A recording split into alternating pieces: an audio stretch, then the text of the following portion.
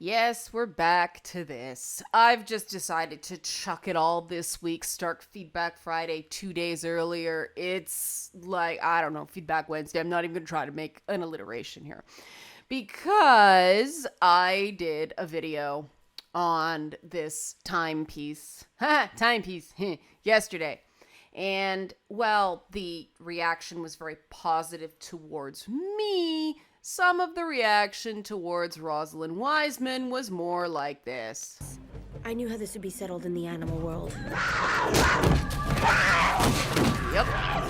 Imagine gamers are Lindsay Lohan and Rosalyn Wiseman is the blonde. That's about how it went. And the interesting thing to me is that this clip, you might have heard it right there, but this is Girl World. And I found that quite interesting because it reminded me of what was so groundbreaking about Rosalyn Wiseman's breakthrough book, Queen Bees and Wannabes, in the first place. The only reason anybody's listening to Rosalyn Wiseman right now is because she wrote Queen Bees and Wannabes, which was a glimpse into Girl World. It was about how I basically pulled it up here. This book will examine cliques, reputations, gossiping, rebellion, bullying, crushes, and boyfriends. It will show you how your daughter is conditioned to remain silent when intimidated by more powerful girls and the lessons she learns from this experience. It will teach you how to recognize which friends will support her and which could lead her towards situations that threaten her emotional health and sometimes even her physical safety. It'll show you how your daughter's place in her social pecking order can affect whether she'll be a perpetrator, bystander, or victim of violence when she's older, yada, yada, yada. This is an excerpt from the original version of Queen Bees and Wannabes. And so that's why I found it so striking that in Wiseman's own video about games, she included this segment. In Game of War, Kate Upton plays like Athena, and she's barely wearing any clothes. This game is played by kids, and I don't know any kids who want to see that. That right there, that I don't know any kids who want to see that, that is classic clique behavior. Oh, who wants to see that? You know, it's pretty much this.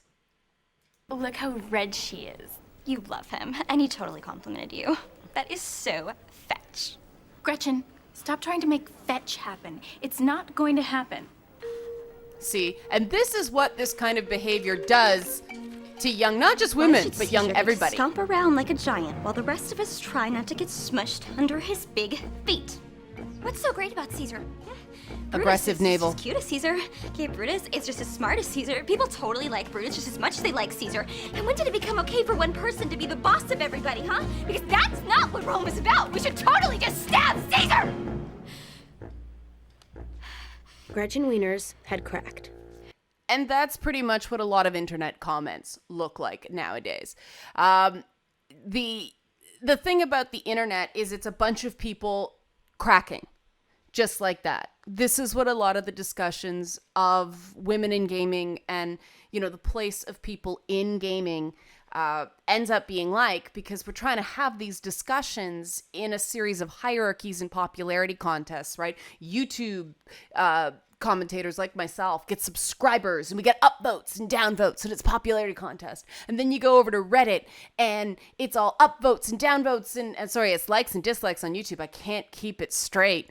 But, you know, if people downvote you on Reddit, your post is like pushed into obscurity. No one can even read it because it's so far down they can't find it. It's like every subreddit is a new form of the plastics from Mean Girls.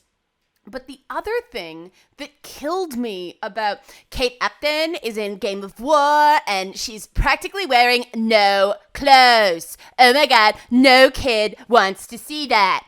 It reminded me of this clip from Mean Girls, which was a profound thing. This is the first, This is the first clip I pulled because it's so appropriate for this. Okay, Tina so Fey. we're all here Love 'cause Tina of Fey. this book, right? Here we go. Well, I don't know who wrote this book, but you all have got to stop calling each other sluts and whores. It just makes it okay for guys to call you sluts and whores. Wham! Right there. And that's, again, pretty much what's going on in the discussion of women in gaming. Thank you, Tina Fey. Ladies in gaming, we have to stop calling each other sluts and whores. It just makes it easier for the guys to call us sluts and whores. And the funny thing is, the guys are the ones in gaming going, no, these characters aren't sluts and whores. It doesn't matter how they're dressed. We don't think they're sluts and whores. Except for, this kid here. It's called Mortal Kombat, and I really like it, but I noticed that a lot of the female characters are wearing very scantily clad clothing. I just thought that it's kind of polluting young kids' brains to think that this is how they should dress. 47. A lot of people responded to that comment and my comments. I hedged, I admit, when I originally talked about the fact that that kid was probably saying what he thought the grown-ups in the room wanted him to say. Quite a few guys, including my own husband, said, yeah, teenage boys are like, boobs. And then they're like, nipples. And some guys even went so far to say that it was worse before there was readily available, BBs on the internet, because, it was this thing that you couldn't see and you couldn't touch, and it was this big taboo thing. So my own anecdotal research, because you can call anything research now, or what did Rosalyn Wiseman say? It's exploratory. My own exploratory research has been that, men who remember being teenagers who are now adults and have the benefit of hindsight, and that doesn't mean looking at someone's ass, that means looking back at your own life, prosaically, are saying, yeah, that kid was probably responding to what he thought he's supposed to say. And the thing I really like about gaming, as unpleasant as it is that the response, as unpleasant as it is that animalistic, tear each other's head off, instead of that, the girl world response of, yes, I agree completely. I'm going to go into a corner. And what we're getting from the combined force of the sheer aggression of gaming and the programming that women experience through girl world is exactly what Wiseman identified in her book, that girls are conditioned to remain silent when intimidated by more powerful girls, because those girls are calling them sluts and whores and giving, power to these words. And that's basically what Tina Fey's character was saying. When you call each other sluts and whores, you're giving power to these terms that you claim to be agents of the dreaded patriarchy. Well, if you think they're agents of patriarchy, if you think that slut shaming is a problem that keeps women down, stop using these attacks when they're convenient for you. And that's all they are. That's all a lot of the personal attacks that happen on the internet tend to be. They're convenient attacks. They're kind of like, where's my last Mean Girl clip? They're kind of like this. This is the equivalent of the nastiness that goes on online. We have to talk to you. Is butter a carb? Yes. Gina, you're wearing sweatpants. It's Monday. So? So that's against the rules, and you can't sit with us. Whatever. Those rules aren't real. They were real that day I wore a vest. Because that vest was disgusting. You can't sit with us!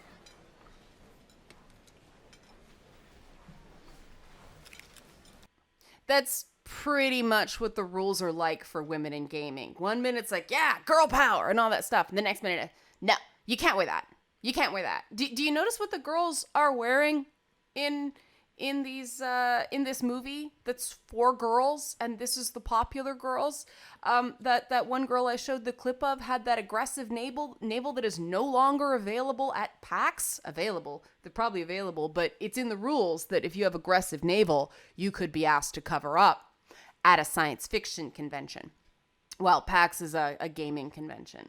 But the point is that the rules change, and this is because the discourse in gaming right now, the discussion in gaming and numerous other things that are predominantly discussed in the internet are driven by cliques. And this is precisely the stuff that Rosalyn Wiseman was cautioning us about in her book back in the day. The important thing that Queen Bees and Wannabes did was, acknowledging and isolating and giving people vocabularies to talk about this. And now we're backsliding here. I'm not going to do that. I'm not going to sit here and let the queen bee dynamic take hold. I have not been sitting here intimidated into silence by Anita Sarkeesian, and I'm not going to be intimidated into silence by Rosalyn Wiseman, who thinks that with 4 years she can come in and tell me about the medium I have been in since 1981. I don't know who Ashley Birch is, but if, she signed off on Grand Theft Auto being an RPG, as is in this article, then I think we need more than one gaming expert to catch this stuff. Where's the Grand Theft Auto is an RPG? Role-playing games like Skyrim and Grand Theft Auto. There it is, right there. Right there. Don't take my word for it. And I mean, I'm sitting here trying to get people to understand things like, EA's role in either writing or contributing to the gender gap in women's sport, and people completely miss the point because, my point there was there's a massive gap. And how does this affect gaming? Well, we sat in that EA press conference and had EA go, yay, female players in FIFA, major selling point. Yes, finally. And everybody cheered. He goes, yeah, it's about time. Well, based on the massive pay gap in FIFA, I'd like to know what EA paid for the licenses for those female players comparative to what they paid for the male players, because we don't have any of this, previous, well, we get this many people in playing FIFA games for male games and we have very little. This was used as a selling point.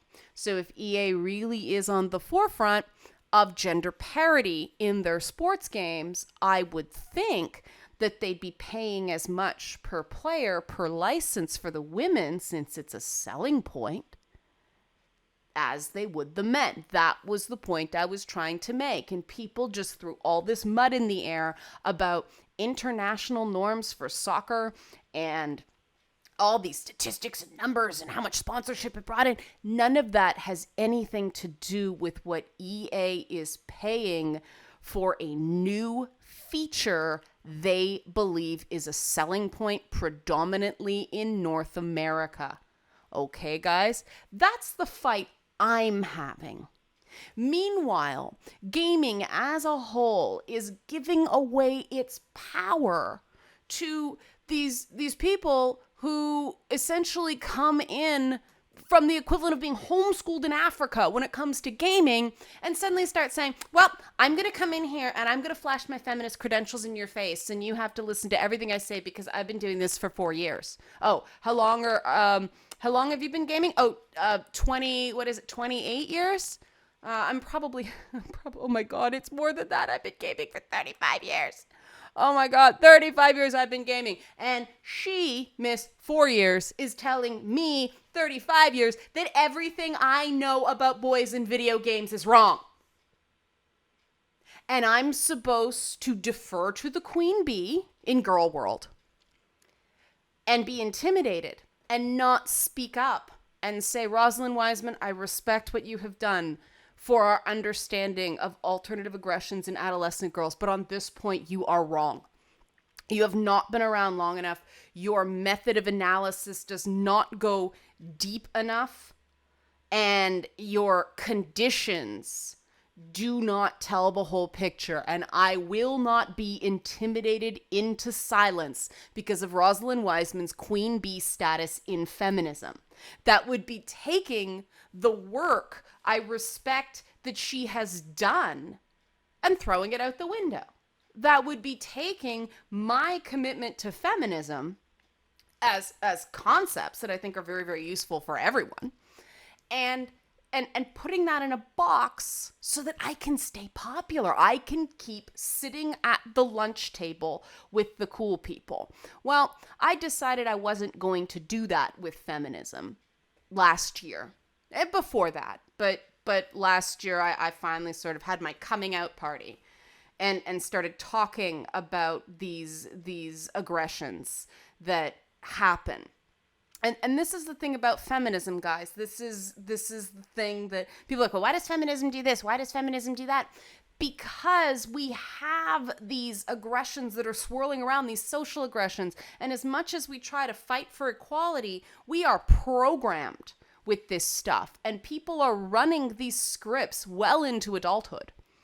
And this is the thing that whenever people are like, well, why do they do this? And why do they do this? And why is Anita Sarkeesian attacking Princess Peach? And why is Rosalyn Wiseman coming in here and telling us about our games? Well, it's all an element of that, right? I mean, and this, none of this is deliberate. None of this is deliberate. I mean, the fact that the woman who wrote the book, literally, on the subject is using these tactics in her own work blows me away. And I thought I'd show the Mean Girl stuff just sort of to have a bit of a laugh at it. But holy shit, right? Holy shit. And I to be very clear, I'm sure Rosalyn Wiseman is a good person. I mean, obviously she is. She wouldn't continue to do this work if she didn't care about it. But one of the things she tells us to do is to, see our own biases at adults and not apply them to other people. And yes, I understand she's trying to, approach this from, we're going to say what boys think to try to influence boys. But that just shows how little she knows about what's actually going on in gaming right now and what the actual issues are. We don't have an issue with boys right now. We have an issue with certain queen bees who everybody is intimidated to challenge. People are intimidated into silence because of a couple of, power by popularity figures that have come in here and started telling us, basically, we're fat, ugly, and we smell.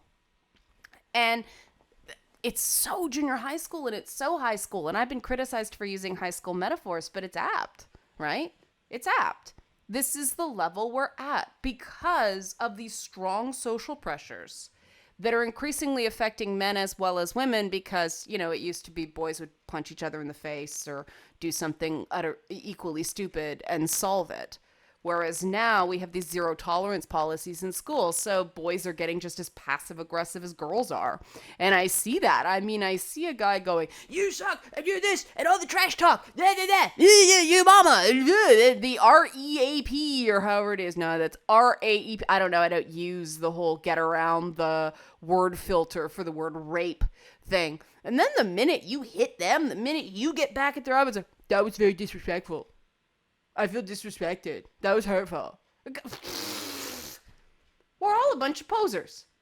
We're all a bunch of posers. And the reason gaming is so popular, the reason things like Doom are so popular is not because we're all secret serial killers. It's because we recognize that, oh God, every so often we just have to take the claws out. We are, to an extent, animals. The idea of being complete, perfect stoics, being sort of that, Aristotelian ideal of having mastery over our emotions, it's a destination. We're all on that journey. And every so often, the Greeks had catharsis for a reason. And people go, well, there's no proof catharsis worked. But you know what? It does work for someone. But I was saying, what I like about gaming is you guys may notice that I'm a little aggressive, just a little, right? But that's learned. That's the product of growing up in a very tough neighborhood and being in underprivileged, quote unquote, socioeconomic circumstances and having to learn to be tough. And I think that's why I have such a fuck you reaction to the whole grow a thicker skin concept, because I'm a living example of someone who had to grow a thicker skin just to survive. As a kid, I was very quiet. I was very sensitive. I was, what they call the intuitive sensitive personality. That was me as a kid. And everybody around me was like, you have to learn to control your emotions. You have to toughen up. You have to grow a thicker skin. The thing that no one could teach me was how. Just don't let it bother you. Just ignore it. Just brush it off, dirt off the shoulder, right? It's a complete mixed message. And when I discovered this concept through people like Rosalyn Wiseman and Rachel Simmons and all that stuff, Wiseman, I keep saying Wiseman because it's Rosalyn. Oh God, apologies. See, that was a real apology. And, but I learned that the reason this grow a thicker skin concept was so hard for me to internalize is because what people were actually saying is, don't say it bothers you. Don't stand up. Don't speak your truth. Suck it up, right? The thing about constantly sucking it up means you're not speaking out. And that's exactly what Wiseman woke the world up to, especially regarding girls. And so I went through this whole process because of these books and because of these programs, women's leadership, and they're all about own your power and the whole lean in and the whole band bossy and all that stuff. Well, the problem is that we're in this world of mixed messages, right? I keep saying mixed messages, mixed messages, mixed messages. And the reality is the people with the thickest skins are the ones that have the balls to say, don't do that, please. Because what is saying that doing that's opening you up for either, the whole grow thicker skin thing, the reaction, that's the word I'm looking for, the knee-jerk reaction. Or you're opening yourself up for more mockery. Oh, you poor crybaby, can't handle it. It takes a very strong person to say, don't do that, please. And that's what I try to embody. And, part of my role, I believe, as a feminist, one of the good feminists that people say, I don't see it as good or bad feminist. For me, it's just that I've embraced authenticity, right? You guys know when you listen to this YouTube channel that whether you agree with me or you disagree with me, you are getting my legitimate viewpoint. Now, that doesn't mean I have an opinion on everything or a strong opinion on everything.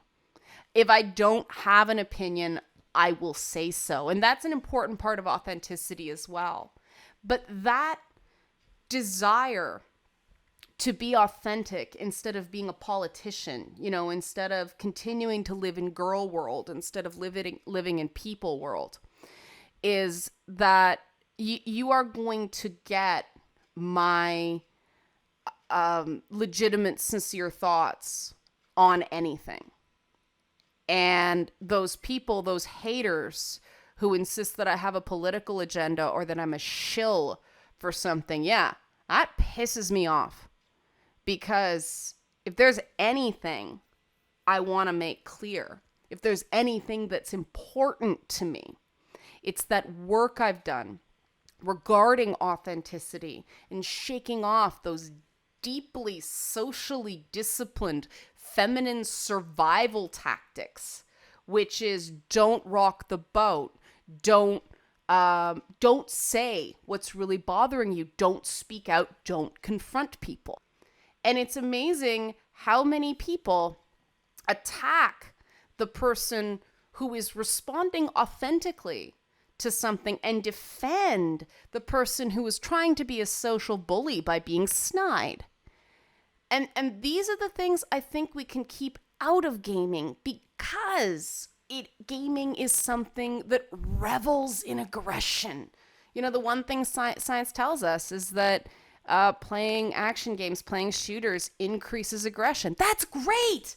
That's freaking great. That's even better for women. And you know why? Because we're not encouraged to be aggressive. We're encouraged to be passive aggressive. We're encouraged to be manipulative, and we think it's so aggressive when we get like I'm all that, and I don't care about the haters, and I'm hot, and look at my bag, and look at my shoes, and look at my earrings, and we consider that aggressive. We consider those sorts of, reality star things aggressive women. But, what would really be aggressive is for them to suddenly want to be something other than fluff. And it's very, very hard to do that. Trust me. I did a highly sexualized talk show, and I came into it as a feminist, and I came into it, and my role was basically, well, how can we make this fun for everybody instead of just fun for guys? How can we keep the fun for guys, but, make it less insulting to women? No, don't throw the whole thing out because, hey, I like fun, but, let's make this something that everybody can enjoy, even though it's a male focus. And I was branded a slut and a bimbo and all that stuff. And I've spent all the time since then crawling out of that pit. So I know of what I speak there. It sucks. And the nice thing is I was able to test my own theories and refine them and improve on them. And, I think that girls need more games because it's very freeing to inhabit that aggressive place that we've been chastised for wanting to be a part of for, our whole lives. And so that we can sort of get over that apparently psychotic, cracked response that you see so much. I mean, I've been there, God. When you just want to yell at somebody and don't feel you can, so it just completely goes to 11 and goes right off the rails. If we can teach more women healthy aggression, well, God, we're going to have more balanced, more successful women, and gaming can be a part of that. So I don't like the stereotypical association between feminism and anti-violence that's going on in games right now. That's no. That's lean out, right? Like, I can't really lean out. I hit a certain critical point where I'm top heavy and I fall over. I have to lean in because, boobs. But I think that we are hamstringing a discussion of, I won't even say gender, I'm going to say people in games, because we continue to inflict queen bee stereotypes on these discussions and make assumptions about what people are coming to the table with just based on labels. And that is also why I won't drop the feminist label. I know a lot of people, how about egalitarian? You're an egalitarian. It's like, no, I'm a feminist. My work is about informing people on the way things affect women. And that doesn't mean I don't dabble in other things, but the thing I feel most confident talking about is that. And I won't drop the tag, to use the metaphor that a lot of gamers use. I won't drop it, because what would that be? That would be me being silenced in the face of a greater aggressor. And that's exactly what queen bees and wannabes taught me not to do. These women I respect, and I think you guys can tell with my approach to Rosalyn Wiseman, I'm challenging her on this point because I respect her work. And I'm not going to avoid getting angry. I'm not going to avoid showing the frustration that this article inspired in me, because that would be neglecting what her book taught me. And this is when we get into the tricky situation as people of our work becoming bigger than us, and coming back and getting sort of whack with their own words. And it happens whenever you do anything in the public space. Your words do come back to haunt you. But I applaud Wiseman for stepping into a very plastics world. There's a lot of social customs in gaming that people, who are homeschooled in Africa don't understand. And apologize if you don't get the Mean Girls metaphors, guys. I'm trying to be clever here, because I stay calm in difficult discussions through concepts. And the thing about discussions of gender is let's face it, We've all been hurt at some point in our lives by a gender stereotype. And that's what makes this stuff so difficult to talk about. So I'm going to wrap here because this is getting long and it's way long. And I'm going to continue this week. Tomorrow, I'm going to touch on the things I look for in analysis of games, especially about gender. Because I think we have to start getting some objective tools in this discussion. So thanks for listening over time, and sorry about that little technical difficulty. Damn computer. All right, guys, thanks for listening.